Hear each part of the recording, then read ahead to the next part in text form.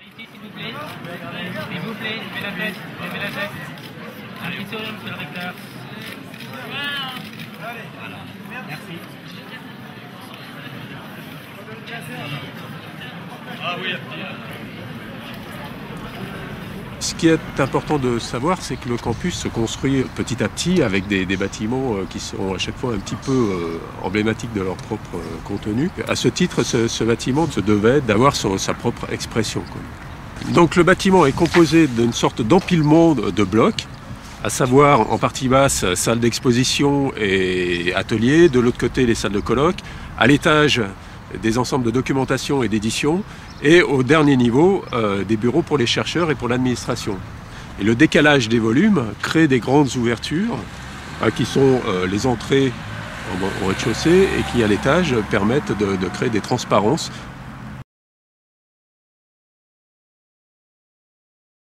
Lieu de rencontre, croisement des disciplines, et en même temps un lieu qui n'est pas seulement un lieu de débat, mais un lieu d'activité scientifique.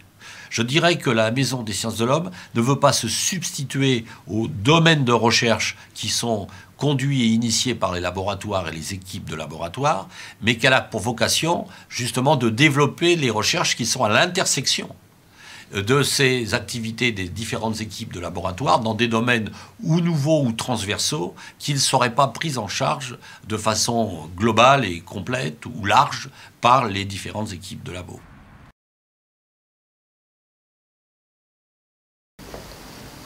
Alors à la direction de la MSH de Dijon, je suis arrivé en septembre 2012, au moment où Serge Volikov m'a quitté ses fonctions et prenait sa retraite.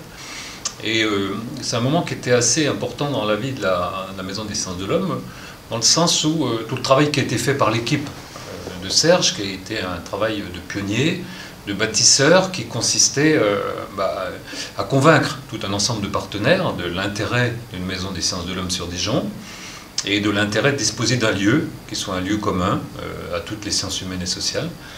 Le bâtiment a été créé à la fin 2011, et je suis arrivé en 2012. Donc avec ce bâtiment assez exceptionnel, qui prend toute sa place sur le campus, à la fois du point de vue architectural et puis du point de vue fonctionnel.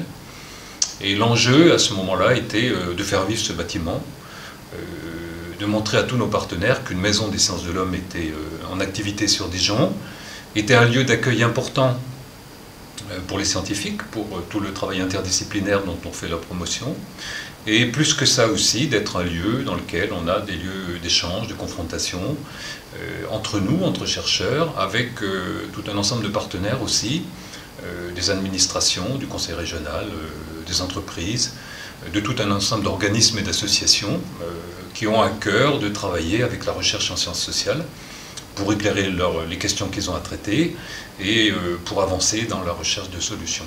Et l'enjeu était sur ce plan-là, voilà, de faire vivre cette maison. Je pense qu'aujourd'hui on a véritablement un niveau d'activité qui est assez exceptionnel. C'est un lieu où les gens se sentent bien, où on a tout un ensemble d'éléments d'animation scientifique pratiquement en continu.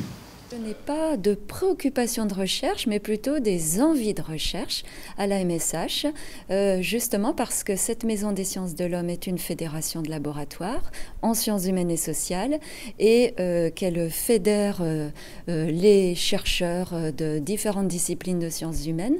Nous pouvons nous rencontrer, développer des projets de recherche ici et puis surtout, je l'espère, mieux collaborer avec les différents services, ingénieurs, plateformes que possède la MSH et qui nous permettent donc de travailler ensemble. Donc j'ai plutôt une grande motivation de chercheuse à la MSH parce qu'elle offre un environnement scientifique, professionnel, de très grande qualité et qu'il faut qu'on continue à développer. Alors les perspectives, c'est de continuer à travailler dans l'interdisciplinarité, de développer, je l'espère, des projets toujours en coopération avec vous tous à la MSH. Ça, j'aimerais bien le faire mieux, le faire plus. Et puis, c'est toujours un peu un vœu, mais si possible, ouvrir la MSH, la sortir du campus aussi, l'ouvrir au reste des autres citoyens urbains et ruraux. Ça, ce serait très très bien. Mais bon, on peut toujours faire des projets. Ensuite, il faut qu'on les mette en œuvre.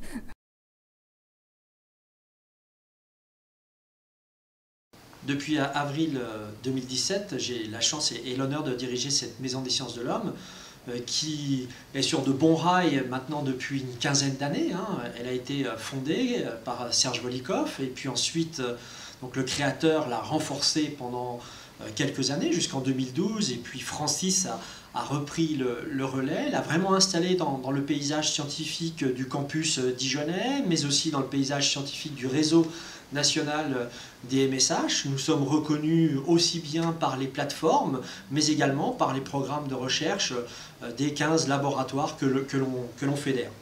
D'autant plus, Francis a aussi permis le rapprochement important avec la Maison des sciences de l'homme et de l'environnement de Besançon, donc notre sœur en région, a créé une fédération entre les deux. On a un axe de recherche commun et ça c'est fondamental et j'espère pouvoir faire fructifier cet héritage. La MSH est non seulement un lieu d'accueil transdisciplinaire, de programmes de recherche avec des activités importantes, mais c'est aussi un lieu qui doit être ouvert sur la cité. L'idée est de faire de la Maison des sciences de l'homme de Dijon véritablement une maison ouverte à tous les citoyens et toutes les citoyennes qui souhaitent comprendre, connaître ce qui se passe dans le monde de la recherche, mais pour saisir au mieux les enjeux de nos sociétés du XXIe siècle. On parle de transition écologique, de développement durable, et bien ce n'est pas simplement un aspect technique des choses, mais il faut aussi penser ce qu'il y a derrière, sur les modes de vie, sur l'analyse des sociétés. C'est un exemple, on pourrait en prendre plein d'autres. Donc l'idée c'est que la MSH soit ouverte à tous, soit aussi un lieu qui permette de labelliser dans nos territoires des groupes de recherche ou des formations qui peuvent exister avec cet enjeu de la MSH, de mettre en réseau tout le monde. Mais de garder bien sûr cette spécificité liée à la recherche, liée au CNRS, liée au laboratoire de recherche de l'université. Et puis également, développer la MSH, c'est de développer cette équipe, puisqu'elle est assez soudée. Nous sommes nombreux maintenant à travailler ici, et j'espère qu'on va pouvoir encore se développer. C'est de penser l'international. Il est clair que la MSH de Dijon, dans le cadre du réseau national des MSH, peut avoir un rôle important pour parrainer d'autres MSH. On pense en ce moment à ce qui est en train de se passer avec Sofia en Bulgarie. Nous avons l'honneur, grâce au réseau national des MSH, de pouvoir parrainer la future MSH de Sofia et on pourra envisager aussi d'autres partenariats internationaux. Voilà un peu la vision globale que l'on peut présenter d'une MSH en 2017-2018 et pour l'avenir. Et on peut aussi, ce qui serait intéressant de présenter, c'est que nous avons 3 plateformes technologiques reconnus qui font partie des différents réseaux nationaux, mais j'aimerais qu'on puisse monter en puissance et avoir une seule plateforme à la fin où tout le monde dialogue ensemble, aussi bien dans le numérique du point de vue géolocalisation et SIG, mais dans le numérique aussi sur les bases de données du côté de la PUD, et puis dans le numérique du côté des archives, c'est-à-dire comment on pourrait avoir de nouveaux outils et un portail intéressant, puisque le site de la MSH héberge le portail Pandore, et bien comment ce portail pourrait s'élargir et bien sûr être, comme on le dit dans le jargon, moissonné par tout le monde. Ça commence avec Isidore, et puis bientôt, je l'espère, qu'on pourrait l'être par le SIAF, c'est-à-dire les archives de France, et du coup ça nous ouvrait un portail européen qui est celui des archives européennes.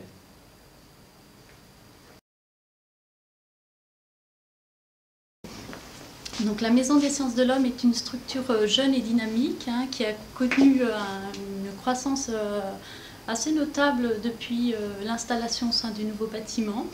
Et donc c'est une structure qui met à disposition des 15 laboratoires de recherche en sciences humaines et sociales des moyens de nature diverse, des moyens humains, des moyens financiers et des moyens en nature.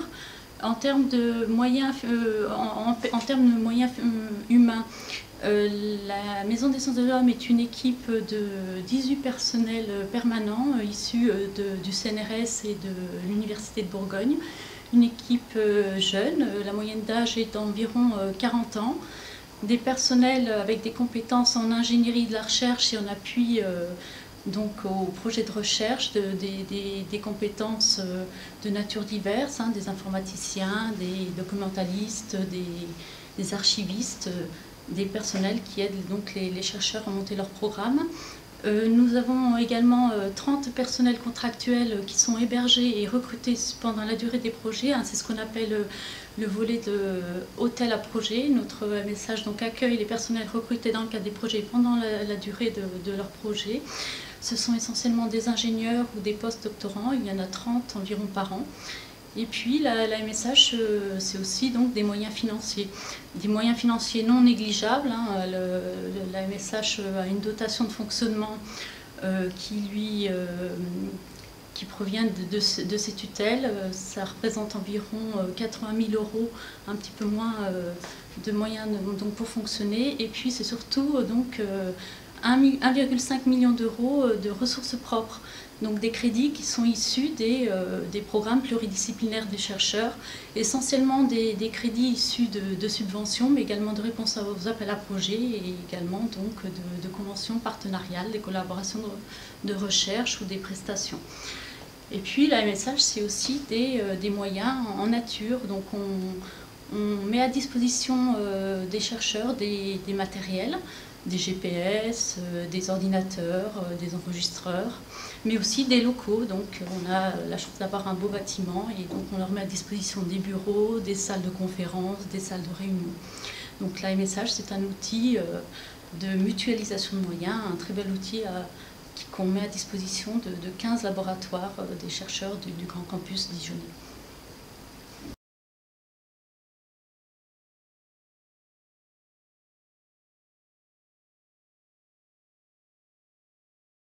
Alors ADN, qui signifie Archives, Documentation, Numérisation, est une des 3 plateformes de la Maison des sciences de l'homme de Dijon, et c'est une plateforme qui a pour objectif, si on essaie de lui trouver un objectif global, de transformer des ressources de différents types et que l'on pourrait qualifier au départ d'inertes en données intelligentes, exploitables, utilisables par différents types de publics.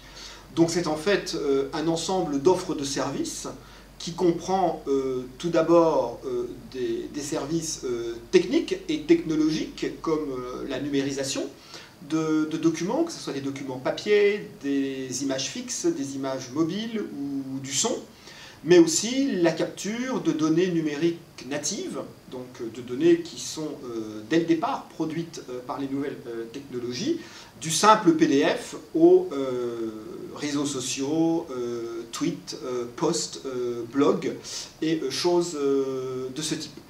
Ensuite, la plateforme ADN, après cette phase technologique, a une dimension de traitement, des données, que ce soit un traitement plus classique de type documentaire ou archivistique, ou un traitement un peu plus affiné en matière de fouille de documents, de fouille de textes, de data mining, à partir de la description des documents en utilisant diverses méthodes qui relèvent peu ou prou de l'informatique.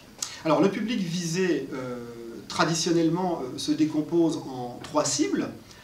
Tout d'abord, et j'allais dire naturellement, les chercheurs, puisque la Maison des sciences de l'homme de Dijon est à disposition des équipes de recherche en sciences humaines et sociales de l'Université de Bourgogne, et que la plateforme ADN est là pour les accompagner dans la collecte et le traitement, l'exploitation de ressources, de données, en lien avec des programmes de recherche, le plus souvent interdisciplinaires, mettant en œuvre des techniques soit de documentation archivistique, soit de fouille de données.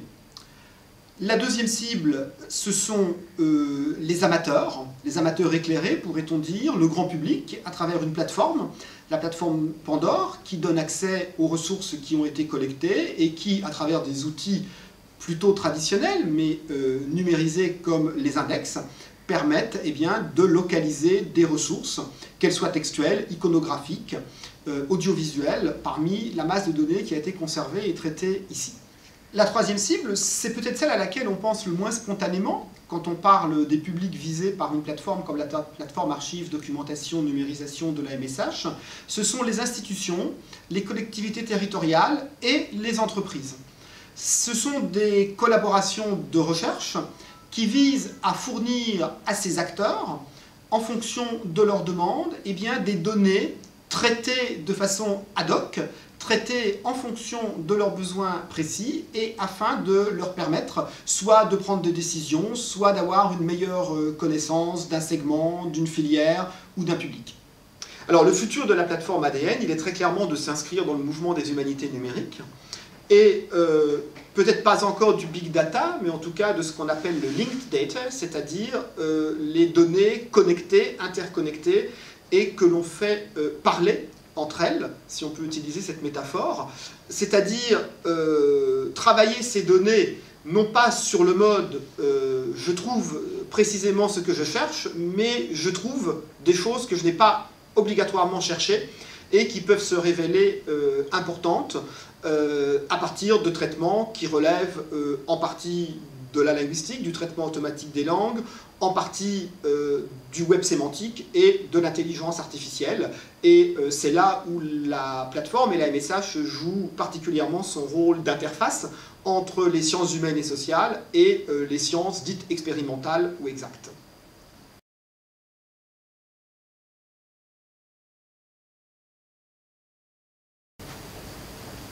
Les principales missions de la plateforme GEO-BFC reposent sur l'exploitation et puis le traitement de l'information spatialisée. Alors la plateforme s'est dotée d'un certain nombre d'outils et de compétences pour pouvoir répondre à ces missions. Des compétences tout d'abord dans le domaine des GPS et l'acquisition d'informations spatialisées, précises, pour relever des habitats archéologiques par exemple. Ça a été également l'occasion de coupler ces informations-là avec des informations topographiques de haute précision. Et puis plus récemment, les ingénieurs de la plateforme se sont dotés de compétences en termes d'acquisition d'informations LIDAR. Le LIDAR, c'est un capteur qui permet, à partir d'un faisceau lumineux, de constituer des modèles numériques de très haute précision. À présent, il est possible d'embarquer ces capteurs sur des drones, et donc les ingénieurs sont en capacité de faire des levées de terrain sur des espaces plus ou moins importants. Ensuite, ça veut dire que maintenant, les compétences sont suffisantes pour pouvoir travailler sur des thèmes assez variés. Les premières analyses qui ont été faites sur le LIDAR à partir d'une analyse sous couvert végétal. C'est-à-dire que sous les forêts, on essaye de mettre en évidence, à partir d'un capteur qui va survoler la forêt, des habitats principalement archéologiques. On va retrouver par exemple des murets, on va retrouver certaines habitations, certaines constructions. Et ça donne une vision relativement large d'une occupation humaine sur des temps anciens. Plus récemment, des travaux ont été faits aussi sur ces capteurs lidar et sur ces images lidar pour délimiter les climats de Bourgogne sur la côte viticole. Alors, les partenaires sont multiples et actuellement, eh bien, les partenariats sont associés au service de l'État, la DREAL, la DRAC, mais également les collectivités territoriales. On peut penser par exemple au conseil régional, on pense également à certaines agglomérations, certaines villes, la ville de Autun est un exemple, mais également le conseil départemental de la Nièvre. Enfin, des partenaires qu'on n'attendait pas forcément au départ, mais comme le parc naturel du Morvan ou le parc naturel qui est en cours de constitution sur Champagne-Bourgogne, sont des partenaires privilégiés de la plateforme GeoBFC. Et donc, pour le futur, ces partenariats vont nous permettre, notamment avec le parc naturel du Morvan, de constituer une zone atelier avec une levée lidar qui est quasiment inédite, à cette échelle, sur un territoire relativement vaste, qui va nous permettre de constituer des modèles numériques de terrain et de comprendre l'organisation à la fois en termes environnementaux, en termes également d'occupation humaine, et enfin d'occupation des populations et des activités. Donc à l'avenir, il y a actuellement un projet d'acquisition lidar sur le parc naturel du Morvan, et nous souhaitons faire en sorte que cette levée lidar devienne une zone atelier sur laquelle des études environnementales, mais des études également sur les populations et sur les activités pourront être réalisées.